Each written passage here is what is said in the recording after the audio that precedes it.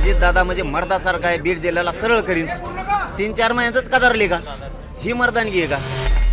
झाले का निघा फुसकाच बाहेर निघाला का? आम्हाला वाटलं सगळे जेलात टाकीत सडीत आणि त्यांना तिथं रडकं बोलणं झालं. बीड जिल्ह्याला तर मर्द वाटत होता तुम्ही. आपल्यासोबत मनोज जरांगे पाटील आहेत, त्यांची प्रतिक्रिया जाणून घ्या. यापूर्वीचा तुमचा पश्चिम महाराष्ट्राचा अनुभव आणि आताचा अनुभव काय सांगतोय? पहिल्यापेक्षा मला खूप जबरदस्त अनुभव आला आहे की पश्चिम महाराष्ट्रात आल्यापासून रोज सकाळी 10 ते संध्याकाळी 9 वाजेपर्यंत सारखे हजारात लोक आहेत. याचा अर्थ लक्षात येतोय पाश्चिम महाराष्ट्र जर एवढा पेटून उठला आहे तर मराठवाडा, विदर्भ आणि खानदेश तुफान ताकदीनं मुंबईत घुसणार आहे. कारण आता ही कोल्हापूर जिल्ह्यातली ही पहिली पारावरची बैठक आहे पहिली. आता मीडियावाल्याला खोटं बोलून तर चालत नाही, तुडुंब भरलं आहे. जर तुम्हाला 1 घंट्यात सांगितल्याच्या नंतर आत बी तितकेच लोक बाहेर तितकेच लोक असतील तर याचा अंदाज येऊन जातो. एका गावातून जर एवढे लोक येणार असले तर जिल्ह्यातून 100% घरागणीश एक गाडी निघायला तयारी यांची पूर्ण झाली. त्यामुळे मुंबई 100% मुंबईच्या बाहेर सुद्धा 50-100 किलोमीटर जाम झाल्याशिवाय यावेळेस राहत नाही. पण तुम्ही जे आंदोलन पुकारत त्या दरम्यान गणेश उत्सव आहे, पोलीस सगळ्या बंदोबस्तावरती असणार आहे, मोठ्या प्रमाणात भाविक सुद्धा आहे ते मुंबईमध्ये दाखल होत आहे. नाही काही अडचण नाही ना, पोलिसांनी खुशाल बसून राहू, आमचं काही ताण नाही. आम्ही काय दंगल खेळायला नाही चाललो, जाळपोळ करायला नाही चाललो, दगड फेकायला नाही चाललो. कारण गेल्या वेळेस आम्ही मुंबईत गेलो होतो, शांत गेलो आणि शांत आलो. हे उभ्या जगानं बघितलेलं आहे, राज्यानं तर बघितलंच पण जगानं सुद्धा बघितलं. आम्हाला फक्त आमचा हक्क पाहिजे ते घेण्यासाठी आम्ही चाललो आहे. सणवारं हे हमेशाच आहेत, ते येणार आहेत जाणार आहेत. थोडा यावर्षी आम्ही कमी प्रमाणात करू पण लेकरा बाळाला आरक्षण मिळवून देऊ. आम्ही बाप्पाच्याच चरणी, उलट गणपती बाप्पाच्याच चरणी विनंती करणार आहेत गावागावात की आम्हाला यश मिळू दे, आमच्या लेकरांना आरक्षण मिळू दे. कारण इथं गणपती बसून आम्ही मुंबईकडे जाणार आहेत आणि बाप्पाला सांगणार आहेत की आम्ही लढायला मुंबईला चाललो आहे, आम्हाला यश मिळू द्या. कारण आम्हाला आरक्षण गेल्याच्या नंतर काही उपयोग नाही. सणवार येत राहतील पण आरक्षण एकदा जर गेलं, शिक्षण आणि नोकरीत वाटोळं झालं लेकरांचं म्हणून समजायचं. पण तुमच्या लढ्यामुळे आतापर्यंत मराठा समाजाला काय फायदा झालाय? कारण टीकाकार आहे ते तुमच्यावरती टीका करत राहतात. आत्ताचं पोरगा कुठं रे? MBBS ला लागलेलं. तुमच्या प्रश्नाचं उत्तर लगेच देतो ना. हे पोरगा आत्ता MBBS ला लागले कोणबी प्रमाणपत्रावर. हे यश आहे, हे यश आहे. तुम्ही जे आत्ता प्रश्न विचारला की काय मिळालं, 58 लाख नोंदी मिळाल्या, 3 करोड मराठी आरक्षणात गेले. माझे रोज पोरं अधिकारी बनवायला लागलेत, रोज पोरं कुठल्या ना कुठल्या भरतीत चाललेत आणि हजारो चाललेत. हे तुम्हाला इथली इथं जिवंत उदाहरण. पण शिंदे समितीनं ज्यावेळी नेमली त्यावेळी हैदराबाद संस्थांचा अभ्यास केला, आणखीन काही संस्थांचा अभ्यास केला तर आणखीन मराठ्याला फायदा होईल तो वाटतं. तिन्ही गॅजेटियर घ्यायचं आहे यावेळेस.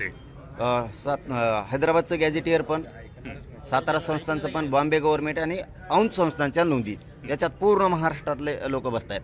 आणि दुसरं म्हणजे मराठा आणि कुणबी एकाचे हा पण JR घेणार आहेत. कारण त्यावेळेस आम्हाला सांगितलं होतं आधार लागतो, कायदा बनवायला लागतो. 58 लाख नोंदीचा अहवाल सरकारनं स्वीकारला आहे, त्याच्यामुळे तोही घेणार आहेत. आणि सगळ्याच वेळेची अंमलबजावणी पण एकही मराठा 29 ऑगस्टला आरक्षणापासून वंचित राहणार नाही. फक्त एकही मराठ्यांनी 29 ऑगस्टला घरी थांबायचं नाही, तरच मिळणारे, नसता मिळणार नाही. निर्णय घेऊनच मागे मराठ्यांना 100% आरक्षण मिळाल्याशिवाय यावर मुंबईत मी सोडित नसतो आणि मराठी सुद्धा सोडित नसतं. काही राजकीय प्रश्न सुद्धा उपस्थित करतो. कारण ज्ञानेश्वरी मुंडे आहेत त्या या ठिकाणी बीडमध्ये लढा देताना पाहायला म्हणतात SIT नेमली गेली, काय त्यातनं उत्पन्न होईल वाटतं? नाही, त्या तपासात IPS जे आहेत पंकज कुमार साहेब, हे वेगळ्या क्वालिटीचे आहेत.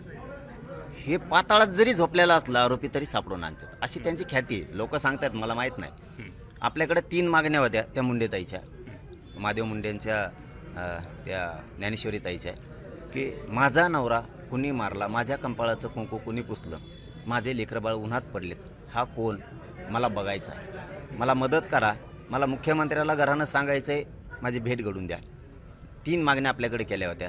दुसरं म्हणणं होतं त्यांचं, मला SITच पाहिजे आणि SITमध्ये पंकज कुमार साहेबच पाहिजेत. आपण 6 दिवसाच्या 3ही गोष्टी त्या माऊलीला दिल्या. आता आरोपी धरणं काय माझ्या हातात नाही आहे. त्या ताईला जे पाहिजे होतं, त्यांचे 2 मंत्री असून सुद्धा करू शकले नाहीत. त्यांचाच भाऊ मिळालेला आहे, ती त्यांचीच भाऊजाई नाही करू शकले. मला जर थातूरमातूर करायचं असतं तर मी जर जातीवादी असतो तर फक्त सोबत राहिलो असतो, मी तुमच्यासोबत आहे, मी तुमच्यासोबत आहे, हे घडून आणून दिलं असतं. आम्हाला जात भीत नाही कळत. अन्याय जिथं होतो तिथं आपण गेलं पाहिजे, ही छत्रपती शिवरायांची आम्हाला शिकवण आहे आणि त्या शिकवणीवर आम्ही चालतो. पण बीडचं पालकमंत्रीपद अजितदादाने घेतलं आणि आज अजितदादा त्यांनाच ते पालकमंत्रीपद नकोसं झालेलं आहे. कुणीतरी घ्या पण पालकमंत्रीपद बीडचं घ्या म्हणते. घ्या म्हणते ते जिरली का इतक्या लवकर? आम्हाला वाटलं तुम्ही जिरीत त्यांची झाले काय निघा फुसकाच बाहेर निघाला का आम्हाला वाटलं सगळे जेलात टाकीत सडीत त्यांना कुणीतरी घ्या म्हणजे काय हे तर रडकं बोलणं झालं. बीड जिल्ह्याला तर मर्द वाटत होता तुम्ही. अजित दादा म्हणजे मर्दासारखा आहे, बीड जिल्ह्याला सरळ करीन. 3-4 महिन्यातच कदरली का ही मर्दानगी आहे का? अहो कोणाला देऊ नका. अजित दादा या शिरोळच्या पवित्र भूमीतून सांगतो, ही महाराणी ताराराणी साहेबांची पवित्र भूमी आहे. ही गादी आहे, तख्त आहे शिरोळ. या कोल्हापूरमधून सांगतो तुम्हाला, तुम्ही राजीनामा देऊ नका आणि कोणाला पालकमंत्री पद देऊ नका. तुम्हीच सगळ्या गुंडांची जिरवा. हा आणि कॉलर टाईट करून पुन्हा तुमच्या मतदारसंघात जा. असं पळून जाऊ नका अर्ध्यातून. शेवटचा प्रश्न विचारतो. एका बाजूला तुम्ही मराठा आरक्षणासाठी इकडे लढा उभारताना, दुसऱ्या बाजूला गोव्यामध्ये आज ओबीसीचं अधिवेशन होते. हो ना, मला सरकार बैठक घेत आहे म्हणून कळालंय. अधिवेशन आहे का? ओबीसीचं अधिवेशन. नाही नाही नाही, मग काही घेणं देणं नाही मला त्याचं. मला असं कळालं होतं सकाळी मीडियाच्या बांधवाच्या माध्यमातून, मुख्यमंत्री सुद्धा उपस्थित राहिले होते त्या. हा तेच ना, सरकारने बैठक तिथं ओबीसीची घेतली अशी मला माहिती होती. इतकी वाईट वेळ मुख्यमंत्र्यावर येईल असं वाटत नव्हतं. शेवटी तुम्हाला मराठ्यांचे मतं लागतात, मराठ्यांकडून सत्ता लागते आणि मराठ्यांनाच आरक्षण नाही मिळू द्यायचं. ही डाव मुख्यमंत्री साहेब शिजवायचा नाही. मुख्यमंत्री साहेब तुम्ही गोव्यात जाऊन जर कानं भरताल आणि मराठा ओबीसी वाद लावताल तर सगळ्यात जड ओबीसी मराठा आम्ही आमचं तर बघूनच घेऊ, आम्ही वेळेवर मित्र होऊ, पण तुमचा मात्र खुटात ठोकीन मग. हो, तुम्ही जर इतक्या राज्याच्या बाहेर लोक नेऊन त्यांचे जर कानं भरणार आणि इकडे ओबीसी मराठ्याचे दंगल लावणार, मारामाऱ्या करायला लावणार, तिकडं जाऊन त्यांच्या कानात थुकणार तुम्ही, एकाच्या 2 सांगणार, मराठ्यांचे आणि ओबीसी जर रक्तपात करायचं काम केलं ना फडणवीस साहेब, तर तुमच्यासाठीचा वाईट दिवस उगल एवढं लक्षात ठेवा.